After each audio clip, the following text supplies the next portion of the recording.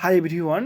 তো আজকের এই ভিডিওর মাধ্যম থেকে আমি তোমাদের কিছু ইনফরমেশান দেব। যদি জানা থাকে অবশ্যই ভালো, আর না জানা থাকলে অবশ্যই কমেন্ট করে জানিও।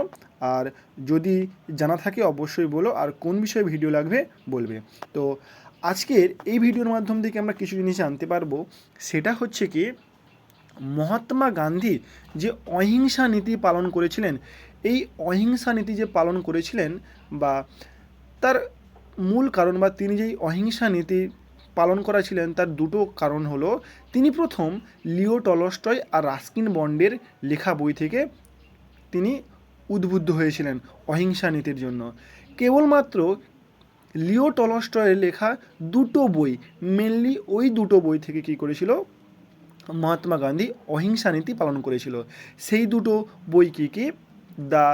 সেই দুটো বই, যেটা প্রথম বই হচ্ছে the chronicle of a pure soul, দ্বিতীয় নম্বর বই হচ্ছে দ্য রিভলিউশন অফ লাইফ। এই দুটো বই থেকে কী করেছিলেন লিও টলস্টয়, প্রথম তিনি অহিংসা নীতির কথা লিখেছিলেন। আর সেখান থেকেই মহাত্মা গান্ধী ওই দুটো বই পড়ে কী করেছিলেন, অহিংসা নীতি পালন করেছিলেন। তো ভিডিওটি কেমন লাগলো অবশ্যই জানিও। সবাইকে all the best, be the best, thank you.